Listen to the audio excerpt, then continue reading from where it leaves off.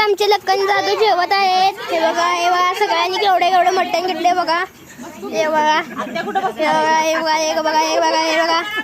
हे बघा हे शाकाहारी मनवे आहेत, सगळी शाकाहारी आहेत.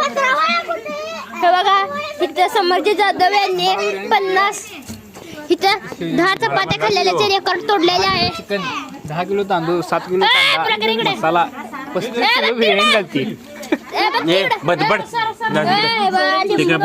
कांदा केवढा घेतलाय आणि इथं 20 चपात्या खाल्लेला रेकॉर्ड तोडलेला आहे.